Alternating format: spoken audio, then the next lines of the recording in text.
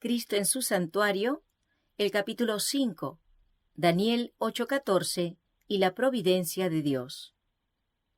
La obra de Dios en la tierra presenta, siglo tras siglo, una sorprendente analogía en cada gran movimiento de reforma o religioso.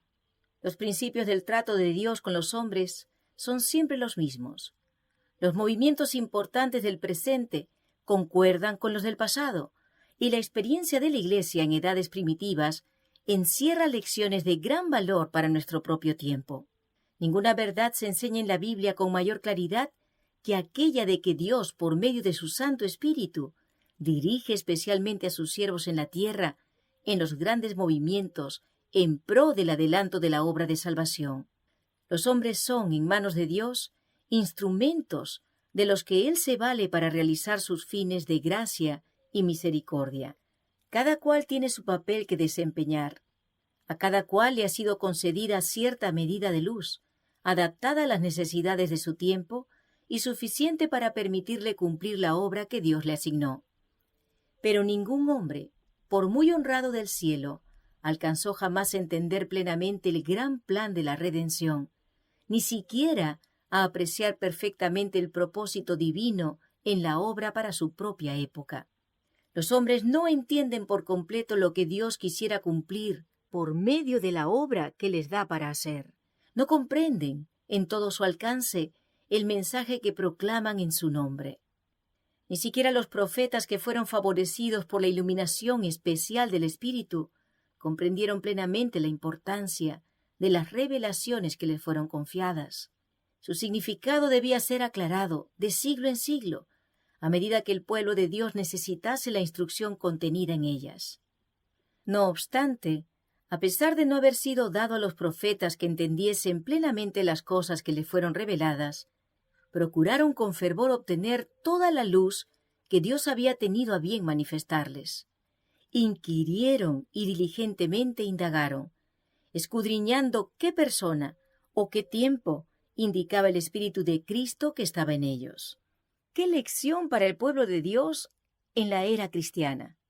Para cuyo beneficio esas profecías fueron dadas a sus siervos, a los cuales fue revelado que no para sí mismos, sino para nosotros, administraban las cosas.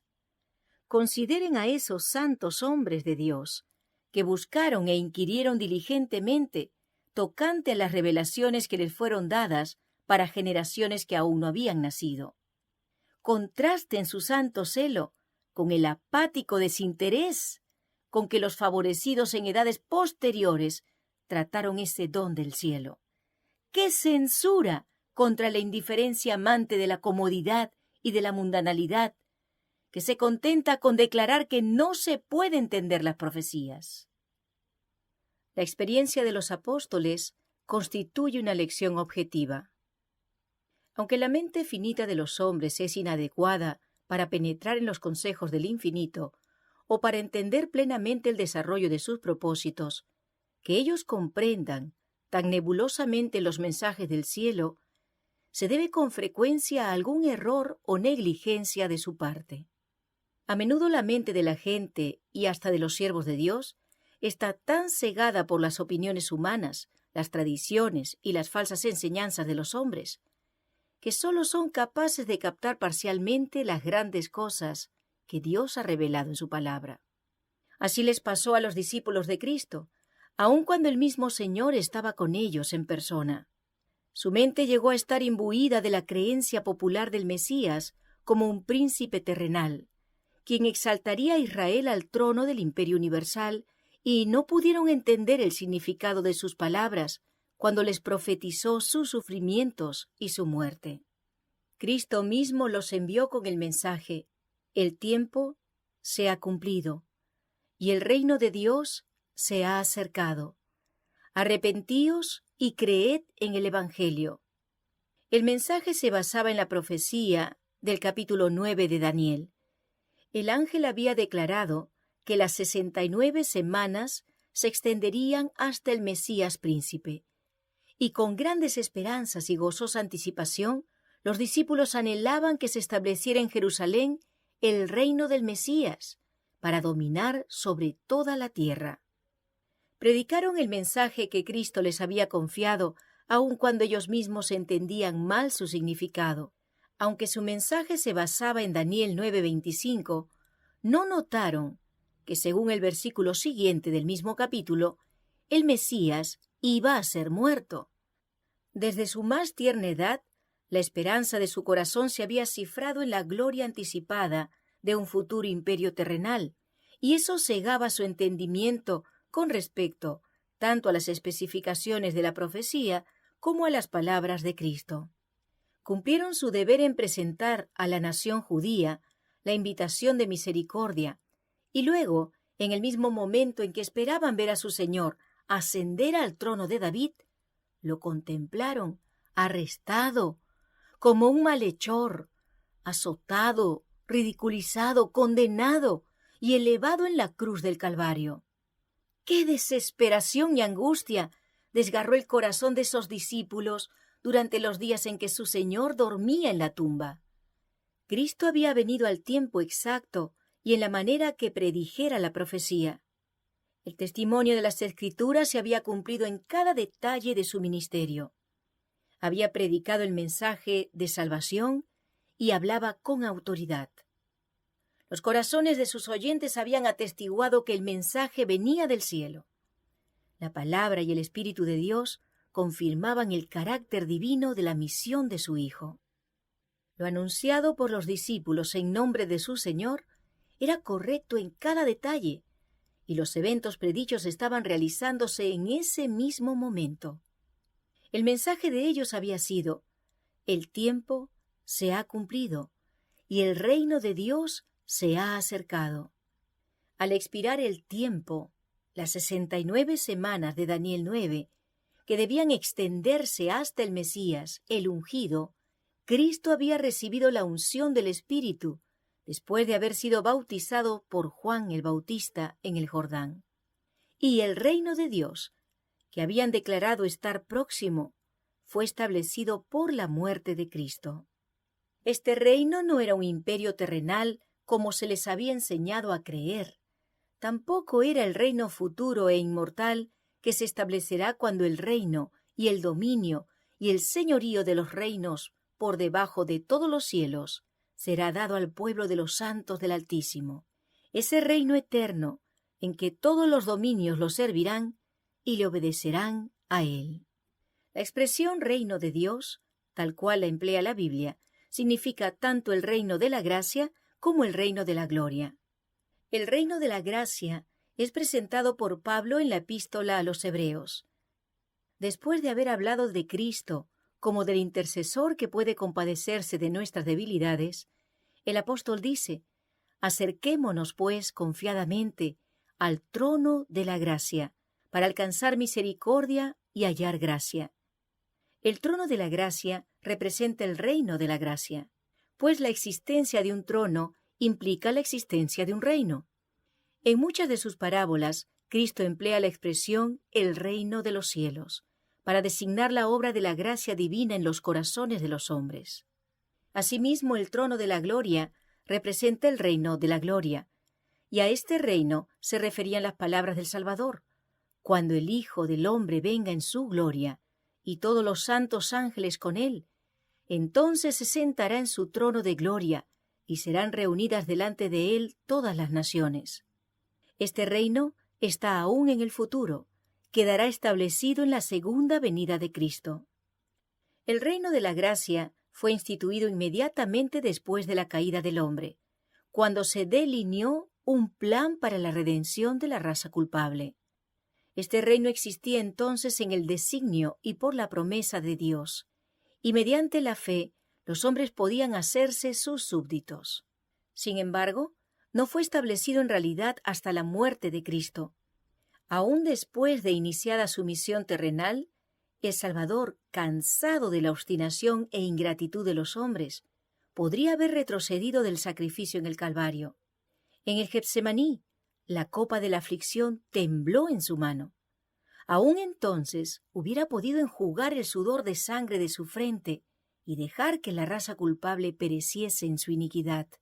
Si lo hubiera hecho, no habría habido redención para la humanidad caída. Pero cuando el Salvador hubo entregado su vida y exclamado en su último aliento, «Consumado es», entonces el cumplimiento del plan de la redención quedó asegurado. La promesa de salvación hecha a la pareja culpable en el Edén quedó ratificada. El reino de la gracia, que hasta entonces existiera por la promesa de Dios, quedó establecido. Así, la muerte de Cristo, el acontecimiento mismo que los discípulos habían considerado como la destrucción final de sus esperanzas, fue lo que las aseguró para siempre.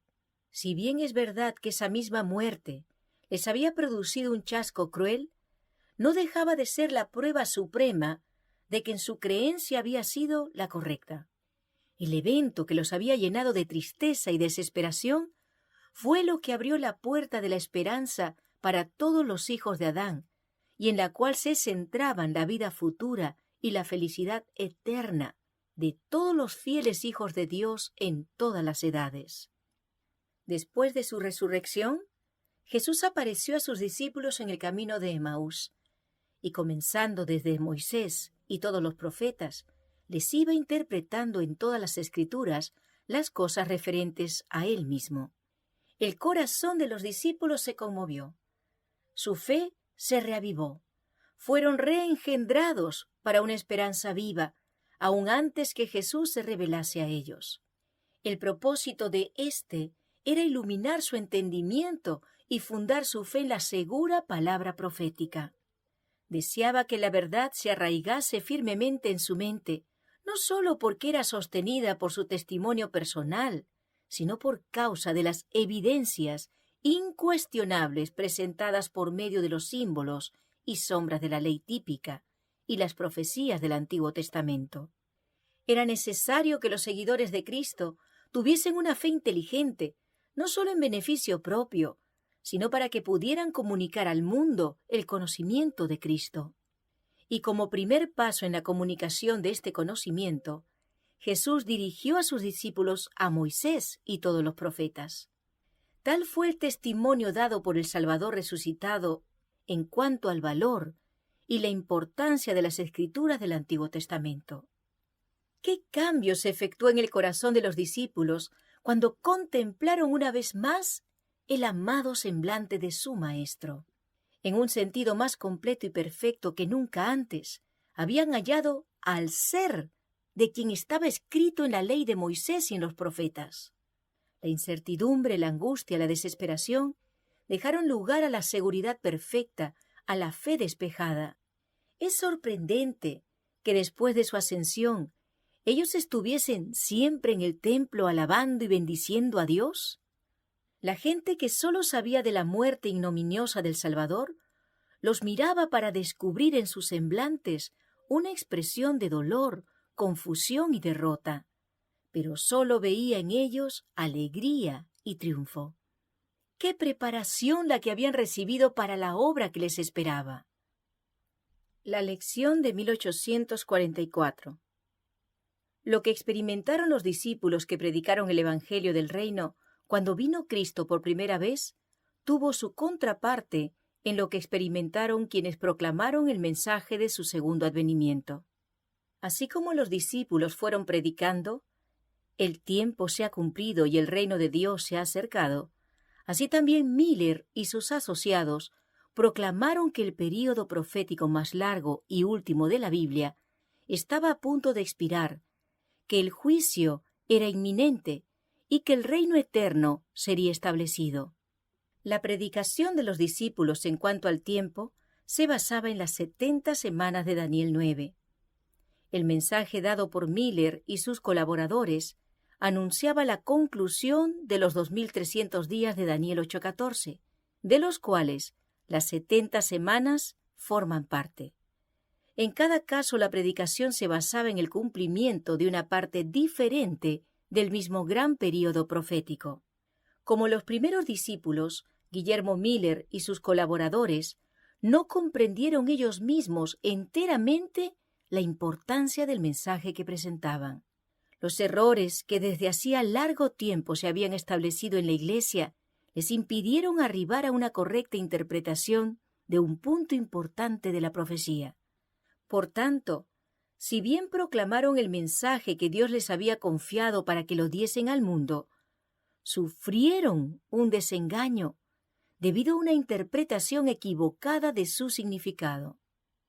Al explicar Daniel 8:14, hasta 2300 tardes y mañanas, luego el santuario será purificado, Miller, como ya lo hemos dicho, adoptó la creencia general de que la tierra es el santuario y creyó que la purificación del santuario representaba la purificación de la tierra por el fuego a la venida del Señor. Por consiguiente, cuando encontró que el fin de los 2300 días estaba predicho con precisión, sacó la conclusión de que eso revelaba el tiempo de la segunda venida. Su error provenía de que había aceptado la creencia popular relativa a lo que constituye el santuario.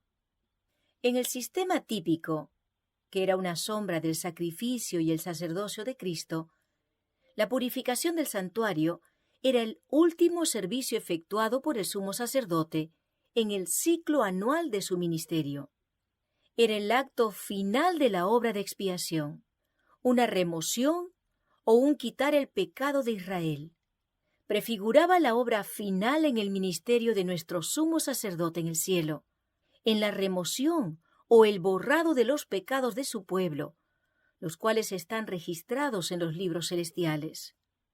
Este servicio involucra una obra de investigación, una obra de juicio, y precede inmediatamente la venida de Cristo en las nubes del cielo con gran poder y gloria, pues cuando Él venga, la causa de cada uno habrá sido juzgada. Jesús dice: «Yo vengo y mi galardón conmigo, para recompensar a cada uno según sea su obra». Esa obra de juicio, que precede inmediatamente al segundo advenimiento, es la que anuncia en el primer mensaje angélico de Apocalipsis 14:7.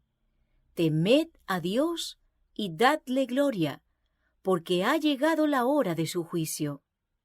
Los que proclamaron esta advertencia dieron el mensaje correcto en el tiempo correcto.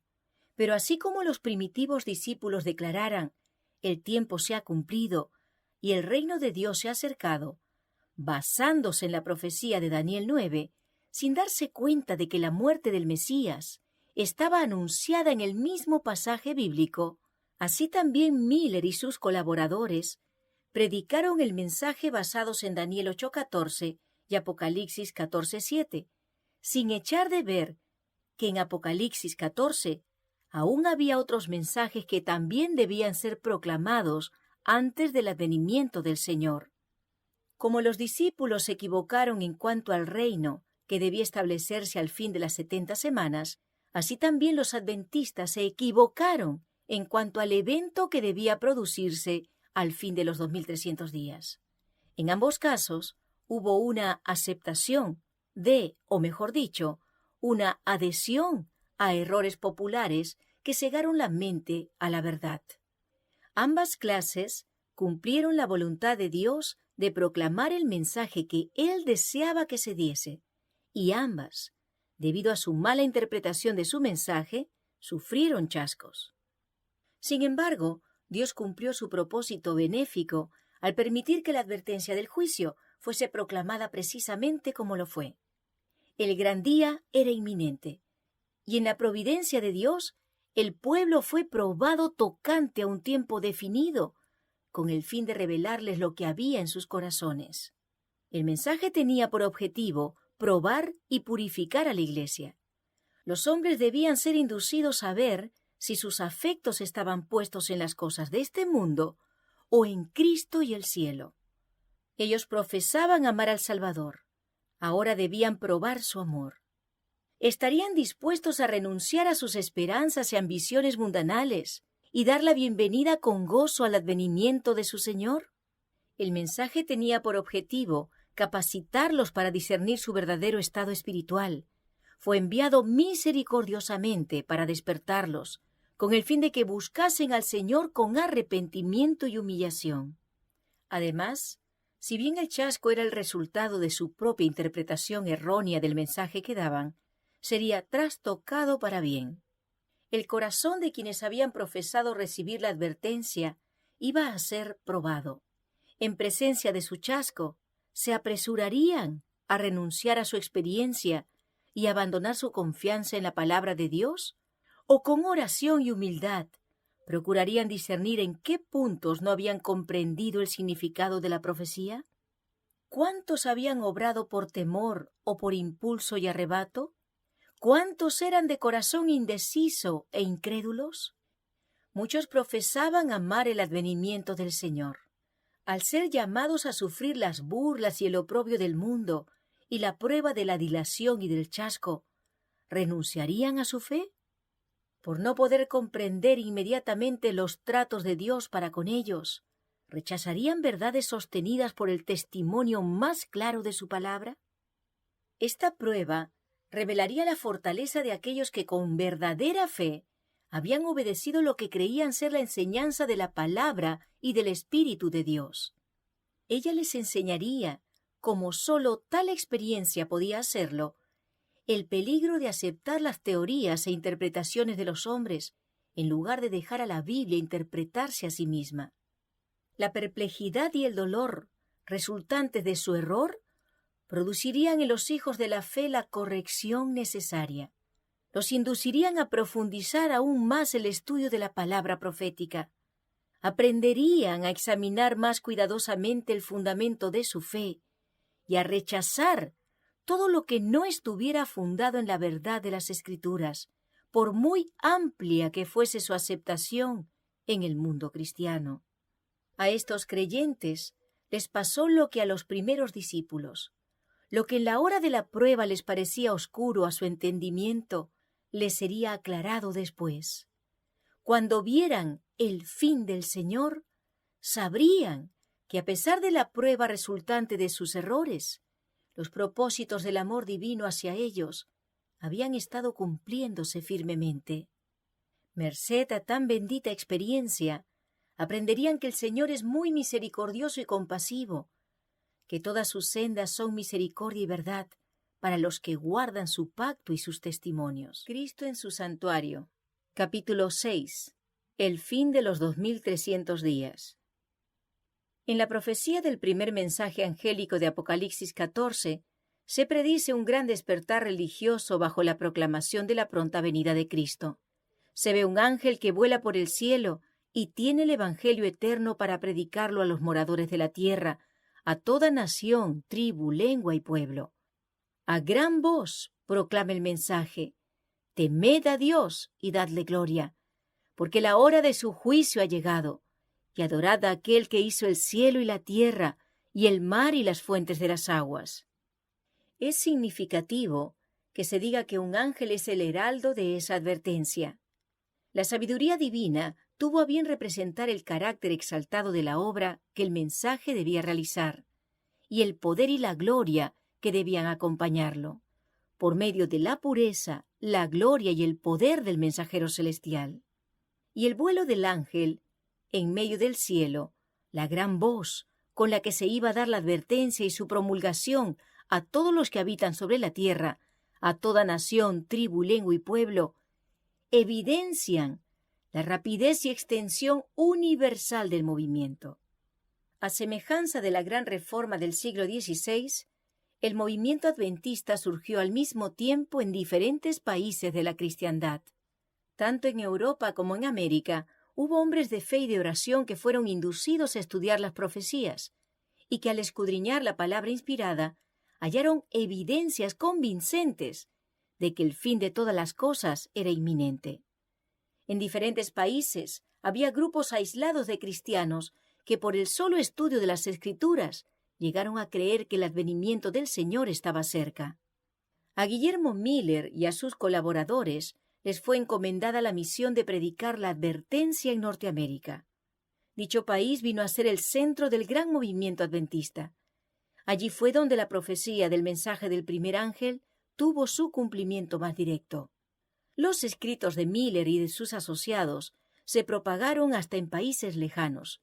Dondequiera que los misioneros hubiesen penetrado, allí también se difundieron las alegres nuevas de la pronta venida de Cristo. Por todas partes se predicaba el mensaje del Evangelio eterno. Temed a Dios y dadle gloria, porque ha llegado la hora de su juicio. Serena expectativa. Los que habían aceptado el mensaje aguardaban la venida de su Salvador con un deseo indescriptible. El tiempo en que esperaban encontrarse con Él estaba cercano, y a esa hora se acercaban con solemne calma. Descansaban en dulce comunión con Dios, un anticipo de la paz que sería suya en la gloria venidera. Ninguno de los que experimentaron esa esperanza y esa confianza pudo olvidar esas preciosas horas de expectativa. Pocas semanas antes del tiempo señalado, la mayoría dejó de lado las tareas mundanas. Los creyentes sinceros examinaban cuidadosamente todos los pensamientos y emociones de sus corazones, como si estuviesen en el lecho de muerte, y en pocas horas cerrarían sus ojos a las escenas de este mundo. No se trataba de hacer vestiduras de ascensión, pero todos sentían la necesidad de una evidencia interna de que estaban preparados para recibir al Salvador. Sus vestiduras blancas eran la pureza del alma, un carácter limpiado de pecado por la sangre expiatoria de Cristo.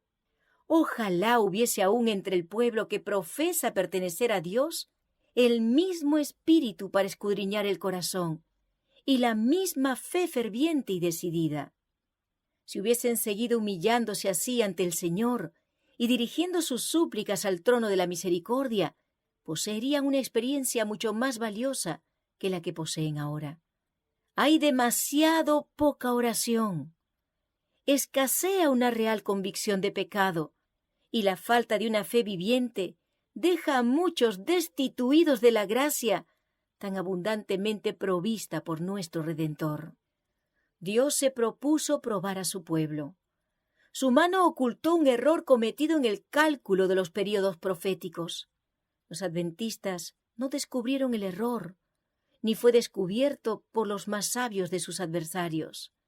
Estos decían: vuestro cálculo de los períodos proféticos es correcto. Algún gran evento está a punto de ocurrir, pero no es lo que predice el señor Miller. Es la conversión del mundo y no la segunda venida de Cristo. Pasó el tiempo de expectativa y Cristo no apareció para libertar a su pueblo. Los que habían esperado a su Salvador con fe y amor sinceros experimentaron un amargo chasco. Sin embargo, los designios de Dios se estaban cumpliendo.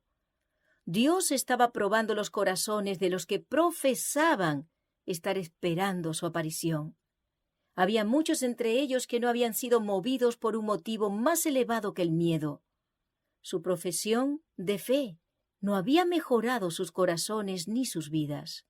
Cuando el evento esperado no ocurrió, esas personas declararon que no estaban chasqueadas. Jamás habían creído que Cristo vendría. Fueron de los primeros en ridiculizar el pesar de los verdaderos creyentes. Pero Jesús y todas las huestes celestiales contemplaron con amor y simpatía a los probados y fieles, aunque chasqueados. Si se hubiese podido descorrer el velo que separa el mundo visible del invisible, se habrían visto ángeles que se acercaban a esas almas firmes y las protegían de los dardos de Satanás. Un nuevo estudio de las Escrituras. Cuando hubo pasado el tiempo en que al principio se esperaba la venida del Señor, la primavera de 1844, los que habían esperado con fe su aparición se vieron envueltos durante algún tiempo en la duda y la incertidumbre. Mientras el mundo los consideraba como habiendo sido completamente derrotados, y así quedaba demostrado que habían estado acariciando un engaño, su fuente de consuelo siguió siendo la palabra de Dios. Muchos continuaron escudriñando las Escrituras, examinando de nuevo las evidencias de su fe y estudiando detenidamente las profecías para obtener luz adicional. El testimonio de la Biblia en apoyo de su posición parecía claro y concluyente. Señales que no podían ser malinterpretadas señalaban como cercana la venida de Cristo. La bendición especial del Señor manifestada tanto en la conversión de los pecadores como en el reavivamiento de la vida espiritual entre los cristianos, había demostrado que el mensaje provenía del cielo. Y aunque los creyentes no podían explicar su hallazgo, se sentían seguros de que Dios los había dirigido en su experiencia pasada. Entretejidas con las profecías que ellos habían aplicado al tiempo del segundo advenimiento, estaban las instrucciones adaptadas especialmente para su estado de incertidumbre e indecisión, y que los animaban a esperar pacientemente en la fe de que lo que entonces parecía oscuro a su entendimiento sería aclarado a su debido tiempo. En el verano de 1844, a mediados de la época comprendida entre el tiempo en que se había supuesto primero que terminarían los 2300 días y el otoño del mismo año, hasta donde después descubrieron que se extendían, el mensaje fue proclamado en los mismos términos de la Escritura: «Ahí viene el novio». Lo que condujo a este movimiento fue descubrir que el decreto de Artajerjes para restaurar Jerusalén, el cual formaba el punto de partida del período de los 2300 días, empezó a regir en el otoño del 457 a.C., y no a principios del año, como se había creído antes. Contando desde el otoño del 457, los 2300 años concluían en el otoño de 1844. Tipos en el servicio del santuario. Los argumentos extraídos de los tipos del Antiguo Testamento también indicaban el otoño como el tiempo cuando debía verificarse el evento representado por la purificación del santuario. Esto resultó muy claro cuando la atención se fijó en el modo en que se habían cumplido los tipos relativos al primer advenimiento de Cristo. La inmolación del Cordero Pascual era una sombra de la muerte de Cristo. Pablo dice: «Cristo, nuestro Cordero Pascual, ya ha sido sacrificado». La gavilla de las primicias del trigo, que en tiempo de la Pascua era mecida ante el Señor, era típico de la resurrección de Cristo. Esos tipos se cumplieron no solo en cuanto al evento, sino también en cuanto al tiempo. El día 14 del primer mes judío, el mismo día y mes en que por 15 largos siglos el Cordero Pascual había sido inmolado, Cristo, después de haber comido la Pascua con sus discípulos, instituyó esa fiesta que debía conmemorar su propia muerte como Cordero de Dios que quita el pecado del mundo. En esa misma noche fue aprehendido por manos impías para ser crucificado e inmolado. Y como antitipo de la gavilla mecida, nuestro Señor fue resucitado de entre los muertos al tercer día, las primicias de los que murieron, un ejemplo de todos los justos que resucitarán, cuyo cuerpo miserable será transformado y hecho como su cuerpo glorioso. Asimismo, los tipos que se refieren a la segunda venida deben cumplirse en el tiempo indicado por el ritual simbólico. Bajo el régimen mosaico, la purificación del santuario, o sea, el gran día de la expiación, caía en el 10º día del 7º mes judío. Cuando el sumo sacerdote, luego de haber hecho la expiación por todo Israel y haber quitado así sus pecados del santuario, salía y bendecía al pueblo. Así se creyó que Cristo, nuestro gran sumo sacerdote, aparecería para purificar la tierra por medio de la destrucción del pecado y los pecadores, y para conceder la inmortalidad a un pueblo que lo esperaba. El 10º día del 7º mes, el gran día de la expiación, el tiempo de la purificación del santuario, el cual en el año 1844 caía en el 22 de octubre, fue considerado como el día de la venida del Señor. Esto estaba en consonancia con las pruebas ya presentadas de que los 2300 días terminarían en el otoño, y la conclusión parecía irrebatible. Los que recibieron el mensaje llegaron cuidadosa y solemnemente al tiempo en que esperaban encontrarse con su Señor. Cada mañana sentían que su primer deber consistía en asegurarse la evidencia de ser aceptos ante Dios. Sus corazones estaban estrechamente unidos y oraban muchos unos con otros y unos por otros. A menudo se reunían en sitios apartados para ponerse en comunión con Dios, y se oían voces de intercesión que desde los campos y las arboledas ascendían al cielo. La seguridad de que el Salvador les daba su aprobación era para ellos más necesaria que su alimento diario.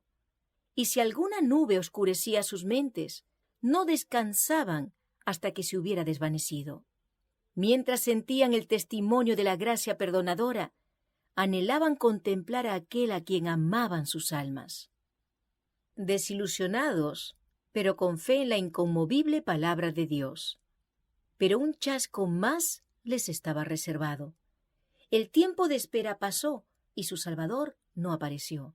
Con confianza inquebrantable habían esperado su venida y ahora sentían lo que María, cuando al ir al sepulcro del Salvador y encontrarlo vacío, exclamó con llanto: «Se han llevado a mi Señor y no sé dónde lo han puesto».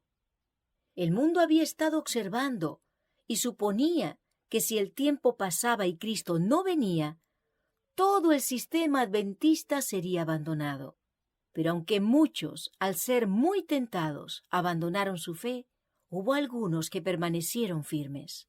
Los frutos del movimiento adventista, el espíritu de humildad y el examen del corazón, el renunciamiento al mundo y la reforma de la vida que habían acompañado la obra, atestiguaban que era de Dios. No se atrevían a negar que el poder del Espíritu Santo había acompañado la predicación de la segunda venida y no podían detectar error alguno en el cómputo de los períodos proféticos. Los más hábiles de sus oponentes no habían tenido éxito en echar por tierra su sistema de interpretación profética. Sin evidencias bíblicas, no podían consentir en abandonar posiciones que habían sido alcanzadas merced al estudio ferviente y con oración de las Escrituras, por medio de mentes iluminadas por el Espíritu de Dios y corazones en los cuales ardía el poder vivificante de éste. Posiciones que habían resistido las críticas más agudas y la oposición más violenta por parte de los maestros religiosos populares y los sabios mundanos, y que habían permanecido firmes ante las fuerzas combinadas del saber y la elocuencia, y ante las burlas y los ultrajes, tanto de los hombres de reputación como de los más viles. En verdad, había habido un error en el evento esperado, pero ni aun eso pudo conmover su fe en la palabra de Dios. Dios no olvidó a su pueblo. Su espíritu aún permaneció con quienes no negaron irreflexivamente la luz que habían recibido, ni reprobaron al movimiento adventista.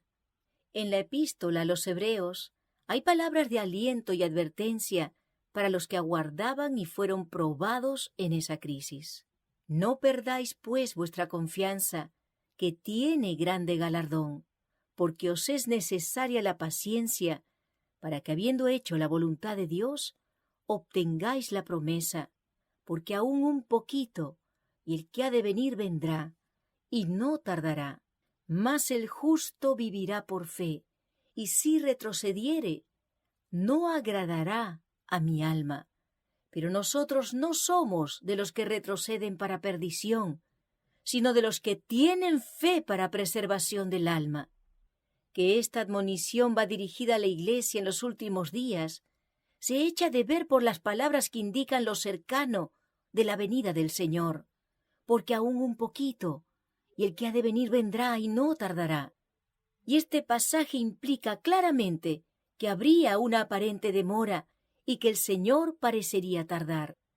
La instrucción dada aquí se aplica especialmente a la experiencia de los adventistas en ese entonces.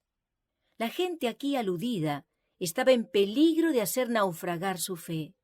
Habían hecho la voluntad de Dios al seguir la dirección de su Espíritu y de su palabra, pero no podían comprender los designios que había tenido en lo que habían experimentado, ni podían discernir el sendero que estaba ante ellos, y estaban tentados a dudar de si en realidad Dios los había guiado. Entonces era cuando se aplicaban las palabras: el justo vivirá por fe. Mientras la luz brillante del clamor de medianoche había alumbrado su sendero, y habían visto abrirse el sello de las profecías y cumplirse con rapidez las señales que anunciaban la proximidad de la venida de Cristo, en cierto sentido, habían andado por vista. Pero ahora, abatidos por esperanzas defraudadas, solo podían sostenerse por la fe en Dios y en su palabra. El mundo ridiculizador les decía: han sido engañados. Abandonen su fe y digan que el movimiento adventista era de Satanás.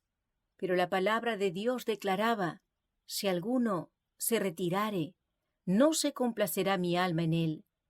Renunciar entonces a su fe y negar el poder del Espíritu Santo que había acompañado al mensaje habría equivalido a retroceder camino de la perdición.